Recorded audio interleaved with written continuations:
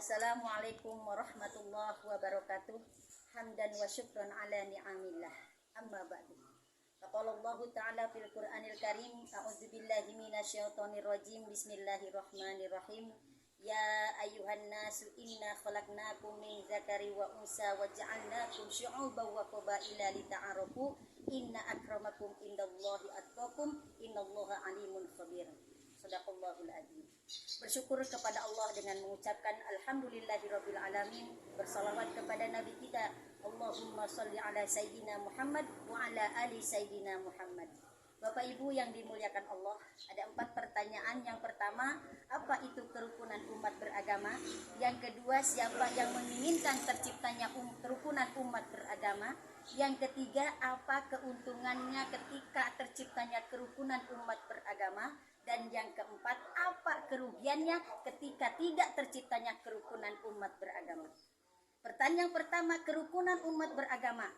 Ketika dilihat dari buku modul bimbingan dan penyuluhan yang diterbitkan oleh Kementerian Agama Provinsi Jawa Barat yang diterbitkan tahun 2018, di situ dikatakan bahwa kerukunan umat beragama adalah keadaan hubungan sesama umat beragama yang dilandasi dengan toleransi, saling menghargai, saling pengertian, dan menghargai kesetaraan dalam menjalankan ibadah dan bekerja sama sesama manusia, yaitu dalam menjalankan kehidupan bermasyarakat, beragama, bermasyarakat, berbangsa, dan bernegara. Pertanyaan yang kedua, siapa yang menginginkan terciptanya kerukunan umat beragama? Kita lihat Al-Quran surat Al-Baqarah ayat 30, ketika Allah menciptakan manusia sebagai pemimpin khalifah di muka bumi. Wa idh qala rabbuka lil malaikati inni ja'ilun fil ardi khalifah qalu ataj'alu fiha may yufsidu fiha wa yasfiku dima wa nahnu nusabbihu bihamdika wa nuqaddisu lak qala inni a'lamu ma la ta'lamun. Di situ dijelaskan ketika Allah menciptakan manusia, Allah bilang kepada malaikat-malaikat, aku akan menciptakan manusia sebagai pemimpin di muka bumi. Apa yang dikatakan malaikat? Jangan ya Allah, nanti manusia akan membuat kerusakan di muka bumi, manusia akan membuat binasa di muka bumi ini. Apa kata Allah? Kamu tidak tahu malaikat. Mana buktinya? Apa yang dihusnudonkan Allah kepada kita terbukti. Kita di Indonesia walaupun berbeda agama, berbeda suku, berbeda bahasa, tetapi kita dalam keadaan damai. Itulah karena tercipta kerukunan umat beragama. Yang selanjutnya kita lihat lagi Al-Quran surat Al-Hujurat ayat 13. Dalam tadi mukadimah saya bacakan, di situ Allah menciptakan manusia dari laki-laki, dari perempuan, dan diciptakan berbangsa-bangsa, bersuku-suku supaya saling mengenal. Kenapa di situ dikatakan saling mengenal? Supaya ketika kita saling mengenal satu dengan yang lainnya, tidaklah kita merasa paling benar sendiri. Kita lihat lagi dalam Al-Quran surat Al-Maidah ayat 48. Di situ dikatakan, walau sya'allahu ja'alakum ummatan wahidah. Di situ Allah mengatakan bahwa andaikan umat semua yang saya ciptakan manusia satu umat, Allah mampu. Tapi kenapa Allah tidak ciptakan satu umat? Karena Allah memberikan kebebasan kepada kita semua. Allah memberikan pilihan kepada kita semua. Silakan. Apa yang kita lakukan? Bagaimana cara ibadah kita? Allah akan membalasnya. Karena di situ Allah sedang menguji kita. Apa yang kita lakukan ada balasannya. Faman ya'mal misqala dzarratin khairan yarah wa may ya'mal misqala dzarratin syarran yarah. Kita lihat lagi surat Al-Kafirun ayat terakhir. Lakum dinukum wal yadin, bagimu agamamu dan bagiku agamaku. Quraisy Shihab seorang ahli tafsir di situ menafsirkan bahwa arti dari ayat yang terakhir surat Al-Kafirun itu bahwa apapun yang kamu kerjakan ibadahmu akan ada balasannya. Begitupun yang aku kerjakan ibadahku akan ada balasannya. Wahai para ibu bapak yang dihormati, yang dimuliakan Allah, kita lanjut. Jadi siapa yang menginginkan terciptanya kerukunan umat beragama?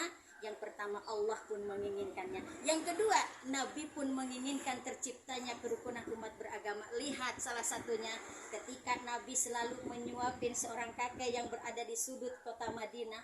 Walaupun kakek itu selalu menjelek-jelekan Nabi, Walaupun kakek itu beragama tidak seyakinan dengan Nabi, tapi Nabi selalu menyuapinya. Nabi berbuat lembut kepadanya. Hadis Nabi, innallaha la yanzuru ila suwarikum wa amwalikum walaki yanzuru ila qulubikum wa a'malikum. Sesungguhnya Allah tidak melihat manusia itu dari wajahnya, mau pesek, mau mancung, mau putih, mau hitam, mau tinggi, mau pendek, mau kurus, mau gendut. Allah tidak melihat wajahnya. Wa amwalikum, dan Allah tidak melihat hartanya. Apakah orang itu mempunyai rumah yang bertingkat, duitnya berlipat, mobilnya mengkilat, istrinya 4? Tidak. Walaki yang duru ila qulubikum wa a'malikum, tetapi Allah yang lihat adalah hatinya dan amal-amalnya. Pemirsa yang dirahmati Allah, jadi jelas siapa yang menginginkan terciptanya kerukunan umat beragama. Allah pun menginginkannya, Nabi pun menginginkannya, bahkan negara pun, pemerintah pun menginginkan terciptanya kerukunan umat beragama. Apa buktinya? Keluar SE nomor 905/117/SJ, yaitu tentang pendanaan forum kerukunan umat beragama dari daerah, APBD dari daerah. Kenapa sampai pemerintah melakukan itu? Karena pemerintah menginginkan adanya kerukunan umat beragama. Hadirin rahimakumullah, pertanyaan yang ketiga, apa keuntungannya kita terciptanya kerukunan umat beragama? Sudah jelas, sudah pasti kita dalam melaksanakan ibadah dengan tenang, dengan nyaman, tidak ada gangguan, tidak silih gasak, gesek dan kosong, tetapi kita silih asah, silih asuh dan silih asih. Ketika kita ingin dihargai orang lain, maka hargailah orang lain. Ketika kita ingin dihormati orang lain, maka hormatilah orang lain. Pertanyaan yang keempat, apa kerugiannya ketika tidak terciptanya kerukunan umat beragama? Sudah pasti kita dalam menjalankan ibadah tidak nyaman. Kesimpulannya, marilah kita ciptakan kerukunan umat beragama, saling menghormati, saling menghargai, saling pengertian. Ada sebuah lagu dari grup Qasidah. Bermacam-macam suku bangsa di dunia, bermacam-macam pula agamanya, penuh keyakinan mereka beribadah karena takut akan mati dan dosa.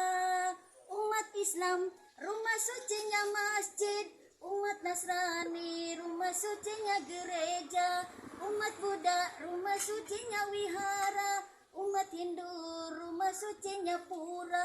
Marilah jaga kerukunan beragama, hormat menghormati, saling menghargai. Marilah jaga kerukunan beragama, hormat menghormati, saling menghargai. Kalau menurut Bang Haji Roma Irama dalam lagunya, negerimu, negeriku, negaramu, negaraku, mari saling menghormatinya. Agamamu, agamaku, agamamu bagimu, agamaku bagiku, mari saling menghargainya. Mungkin aja itu yang dapat saya sampaikan. Terima kasih atas segala perhatian. Mohon maaf atas segala kekurangan. Akhir kalam, Allahumma fiqillah wa mitariq. Wassalamualaikum warahmatullahi wabarakatuh.